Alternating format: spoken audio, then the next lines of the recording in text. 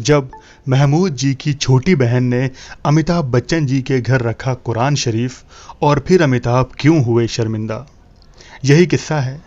अमिताभ बच्चन जी अपने करियर की शुरुआत में मशहूर कॉमेडियन महमूद जी के घर में ही रहा करते थे, जहां उनके साथ महमूद की छोटी बहन बेबी आपा भी रहा करती थीं अपने छोटे बेटे के साथ।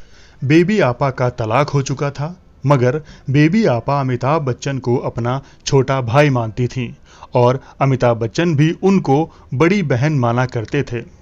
फिर कुछ फिल्मों में काम करने के बाद अमिताभ जी महमूद का घर छोड़कर अपने घर में शिफ्ट हो गए।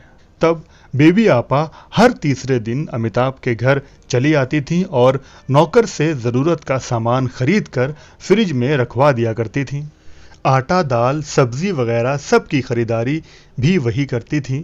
हर संडे को धोबी से कपड़ों का हिसाब भी बेबी आपा के ही जिम्मे था, क्योंकि वो अमिताभ को अपना छोटा भाई मानती थीं। फिर हर महीने अमिताभ उनको पैसे दे दिया करते थे जो भी खर्च होता था। और इसी बीच महमूद जी की छोटी बहन यानी बेबी आपा ने अमिताभ बच्चन जी को कुरान मजीद भी दिया था और अमिताभ जी ने कुरान को बड़ी ही इज्जत के साथ अपनी पाक जगह पर रखा था, जहां पर उनकी गीता और रामायण भी रखी जाती थी। बेबी आपा जब भी आती थीं तो कुरान ज़रूर पढ़ लिया करती थीं अमिताभ बच्चन जी के घर और अमिताभ से कह जाया करती थीं कि बेटा, कुरान को बंद नहीं रखना चाहिए, समय समय पर कुरान खोलकर तिलावत कुरान कर लेना चाहिए, दिल को बहुत सुकून मिलता है। तो अमिताभ बच्चन भी कुरान खोलकर देख लिया करते थे। महमूद जी की बहन का यूं अमिताभ के घर आना जाना कुछ लोगों से बर्दाश्त नहीं हुआ। वो कहते हैं ना कि कुछ लोग दूसरों का सुख देखकर ज़्यादा दुखी हो जाते हैं, और लोगों ने बातें बनाना शुरू कर दी कि अमिताभ का कोई चक्कर चल रहा है। और फिर एक मैगजीन में भी ये बात प्रिंट हो गई।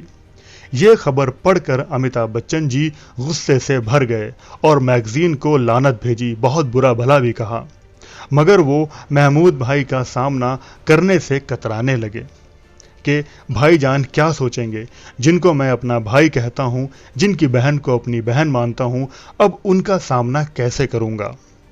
यही सोचकर बहुत दिन तक अमिताभ बच्चन महमूद के सामने नहीं आए, मगर फिर एक दिन महमूद भाई ने आगे बढ़कर कहा कि अमिताभ, तुम क्या कर रहे हो, छोड़ो ये सब बातें, ये सब बेकार की फिजूल बातें हैं, हमें पता है कि तुम क्या हो, निकाल दो ये सब बातें दिमाग से।